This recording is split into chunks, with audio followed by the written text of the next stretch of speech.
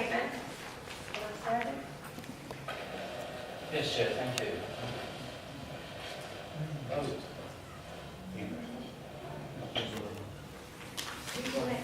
Members will recall that on the 7th of December 2017, they were informed which of the bidders had submitted the most economically advantageous tender in respect of the provision of the domestic waste and recycling collection and allied services contract. Members were therefore asked to make a decision regarding the acceptance of that bidder's tender, subject to formal contract and also subject to conclusion of the standstill period. The standstill period commenced on the 30th of November and expired at midnight on the 11th of December. On the 8th of December, a bidder wrote to the Council to raise concerns about the procurement process.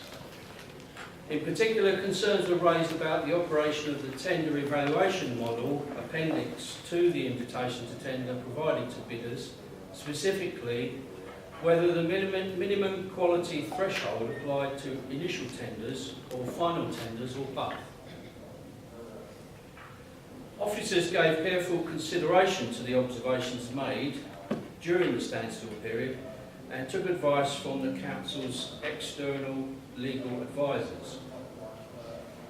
Officers concluded that the instructions to bidders in respect of the tender evaluation model prepared by the Council's consultants could have been clearer.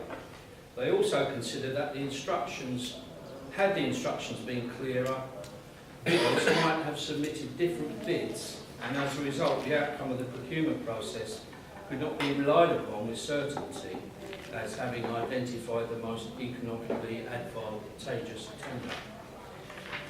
Accordingly, the Council abandoned the process and will run a new procurement process. It is intended that this will be commenced within the next few weeks. The Council will put in place arrangements to ensure that service provision continues pending the mobilisation of the new contract. Thank you, Chair.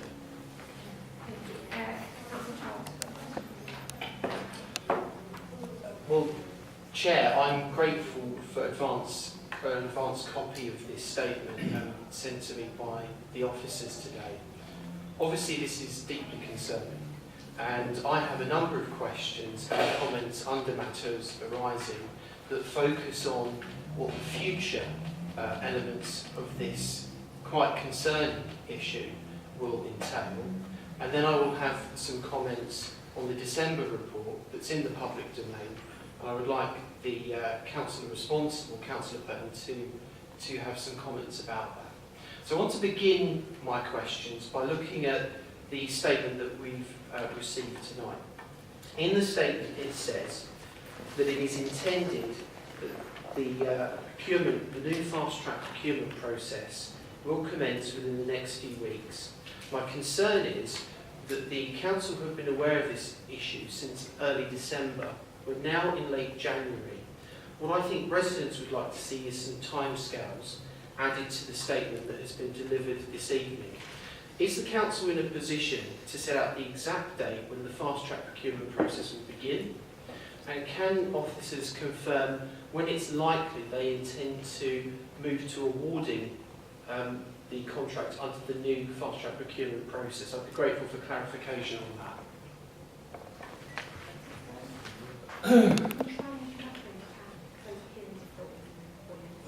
It's fitted. Okay. Well, I'm surprised that Councillor Charles has asked this question, because the answer to the question he's just put is in the answer to the question that he submitted formally, and which he's been provided with the answer in writing today. If I can read his question for him. If there had been a challenge during the tender process, what will the impact on waste collection if a new contract is not agreed when the current contract ends on the 30th of June 2018? And the answer is the Council will shortly commence a new procurement process which can be completed before the expiry of the current contract. However, the Council is making the necessary arrangements to extend the current contract with the incumbent contractor for a short period sufficient to ensure that a new contract can be properly mobilised, ensuring continuity of service for residents, which obviously is our paramount concern. Those are not exact dates, they're not specific, and when I met with the council's officers, Graham Bloomer and Michael Pitt, they gave an indication that they would hope towards the fast-track procurement within a timescale of May sometime. They were looking at what the timescales would look like.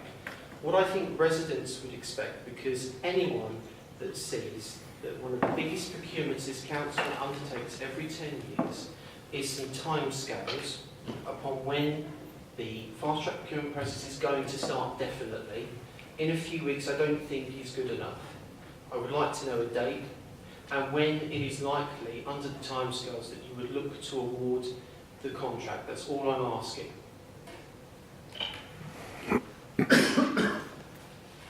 Well, Chair, I'd love to disagree with Councillor Charles, but I would have thought the most important thing to residents is to know that there will be continuity of the service, and that's what we are guaranteeing.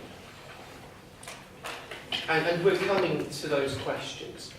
The issue around the timescales is important because it takes, as officers have told me, 6 months to mobilise operations for the new waste contract. Now, the particularities of that mobilisation are very technical and complex because if it is a new tender, they may have to procure new vehicles. Those vehicles are bespoke build. There is a timescale element added to that.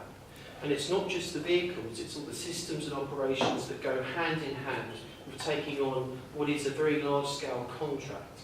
So if under the estimated time for the contract award, which was said to me by officers, it's more than likely going to be May sometime, the issue is that it takes 6 months after that date to mobilise, and the deadline for when the current contract ends is on the 30th of June. Now, I'm going to come on to whether or not the council has agreed yet an extension to the existing contract, but does the portfolio owner not recognise the complexities of the mobilisation period and the 6-month period it takes to achieve that? Councillor Charles, I think your question's been answered about timescales. I think the portfolio holder said everything on that. We will continue to keep the opposition informed as we get exact timescales and exact what's going forward. Working towards, it will be business as usual and residents will not see an issue with their waste collection. I think it's the most important thing. Exactly. I think we'd all agree. But I think you've had your answers on timescales. Did you have any other questions, Councillor Charles? I have several, Chair, but we haven't been given definitive timescales. I will make progress now.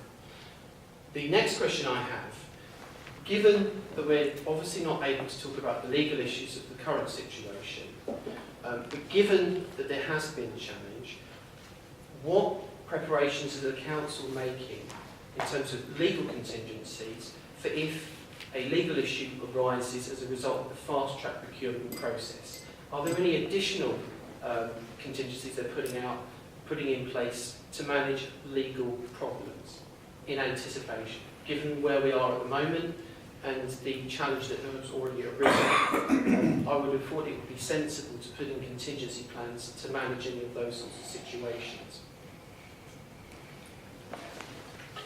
Well, Chair, it's precisely because of those complications, which obviously are legal issues, as Councillor Charles has quite rightly said, which is why we can't say exactly what precise date everything is going to happen.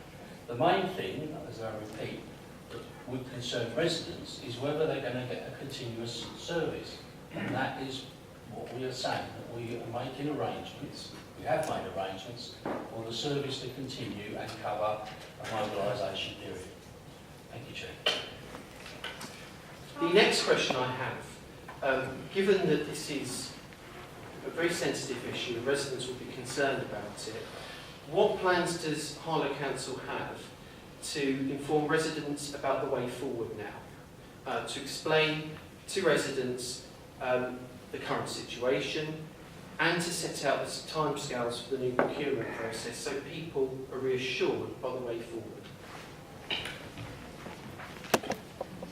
I'm sure, Chair, that council will be making sure the residents understand if they hear any negative comments about this, any threat to the service, we will make sure they are fully advised that in fact there will be no hold up to their service as far as waste collection and recycling is concerned. Moving to the December report that looked at the award of the tender, what concerns me most is not only some of the wording of that report, but the comments made by the portfolio holder, which I'd like further explanation on. The first question I have for Councillor Purton is, do you take full responsibility for the December report that was presented to councillors for advocating for, and I know we can't mention the parties involved in this, for advocating awarding the contract to the successful bidder at the time? Councillor, just being aware of time issues, have you taken questions on block on this about the portfolio holder, about the past report? If you want to do 2 or 3, I'm sure Councillor Burton will respond to them all at once, just for time. I'm very aware I've got a packed agenda, so that'd be great if you want to do the next couple on that, and then I'll get Councillor Burton to answer them all. Under matters arising, we are allowed to ask questions. Each of my questions are different, so I would be grateful if the portfolio answered my questions one by one. So they're not all on the previous report? They are on the previous Would it be report. possible we can hear all 2 or 3 at a time so we can move forward? I would like to ask them one at a time. I understand, Brian, but it's how I would like to chair the meeting. Thank you, Councillor Charles. So I'll let Brian, you may I get a ruling on this? Under matters arising, councillors are able to ask questions about the previous agenda in whatever fashion they like, as long as they are timely, and I will be timely with my questions. I think when I go to the Constitution, it will tell me that you can ask questions, there can be a debate. It's at the discretion of the chairman, obviously. I think if we can move forward, even if you ask them individually, if you can move forward succinctly, I think that's so difficult. Yeah. Well, I've asked the first question. May I have an answer? You certainly can. The answer to the question is yes, of course the report was put forward, but it was subject to the standstill period and the wait, if you like, for any challenge that has come forward. So that's obviously the way the report was put forward, as any contract has to be subject to any challenge. What process did the portfolio holder undertake to review the December report? Oh, I read it.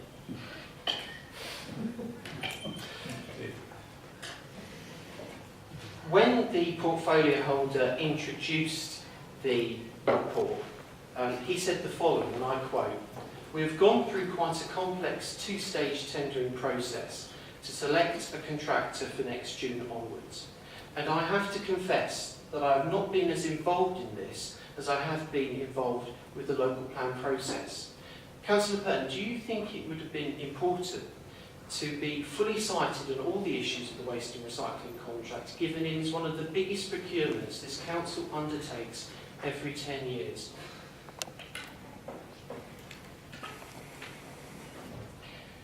Yes, I was of course fully involved in the technical aspects of this awarding of the tender process.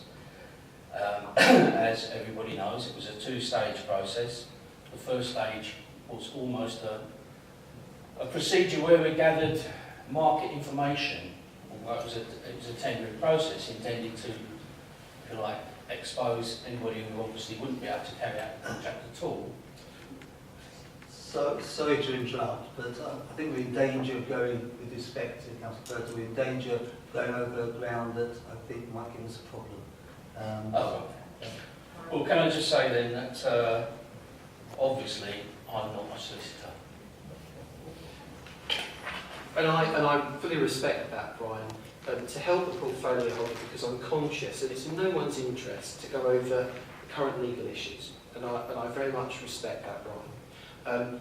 I'm asking about his involvement in the process of the waste contract, and he said, in his own words, "I have to confess that I haven't been involved in this as I have been involved with the local plan process on the biggest procurement of portfolio holder has admitted he wasn't that involved in the process, but I make progress now. Excuse me, Chair.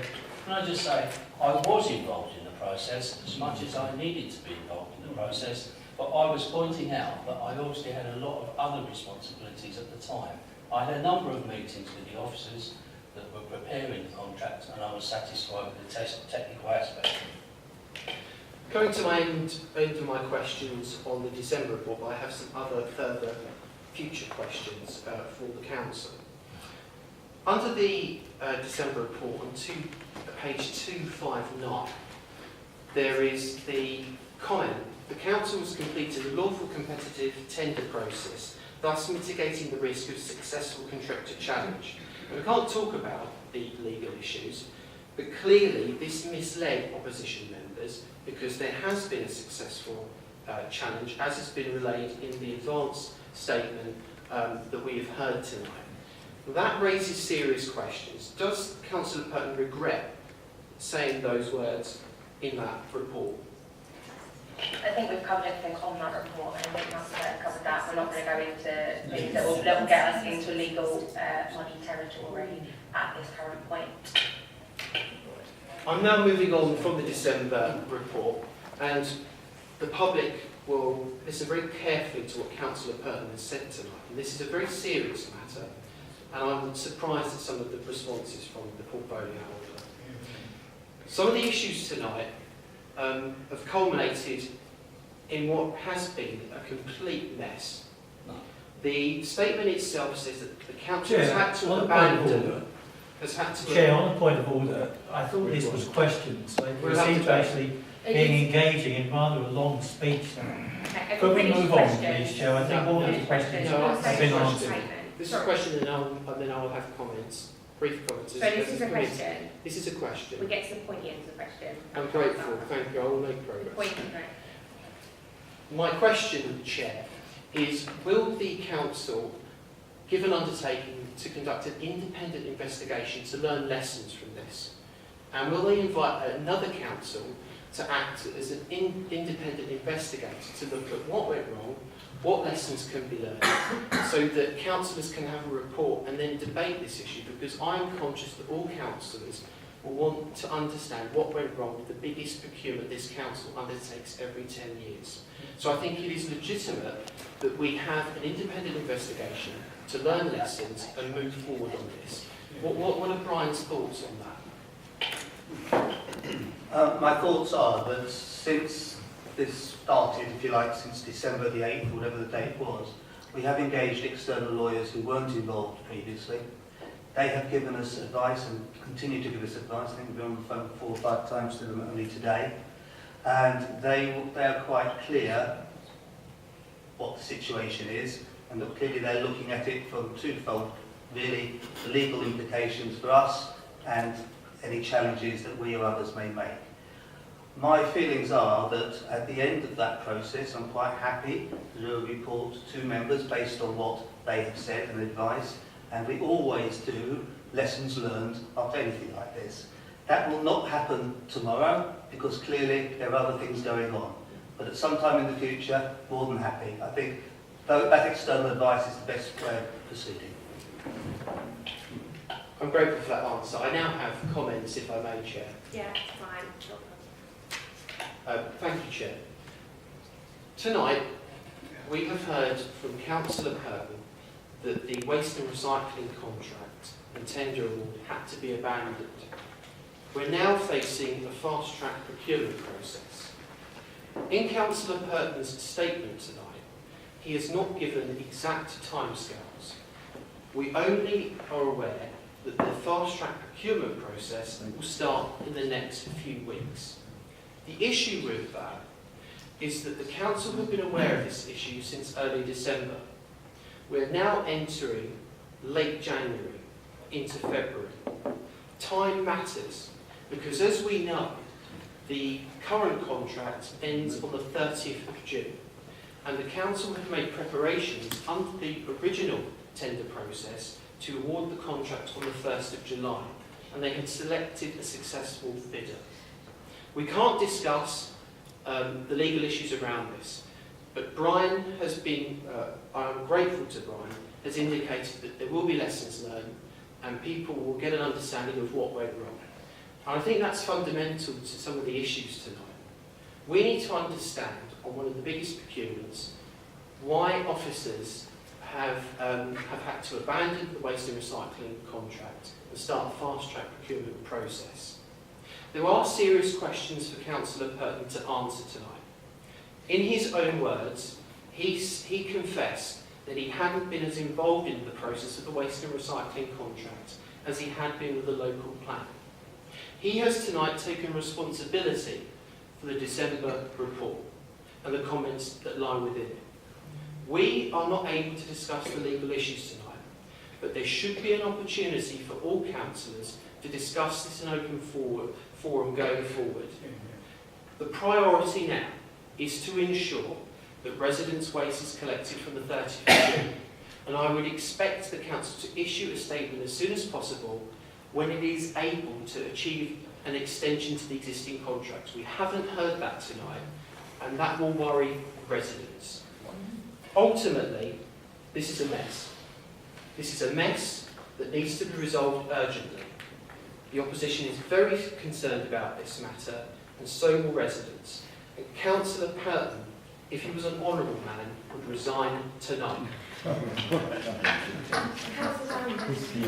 Thank you, Chair. I think this really is exposing increasingly the problem of contracts by the public sector.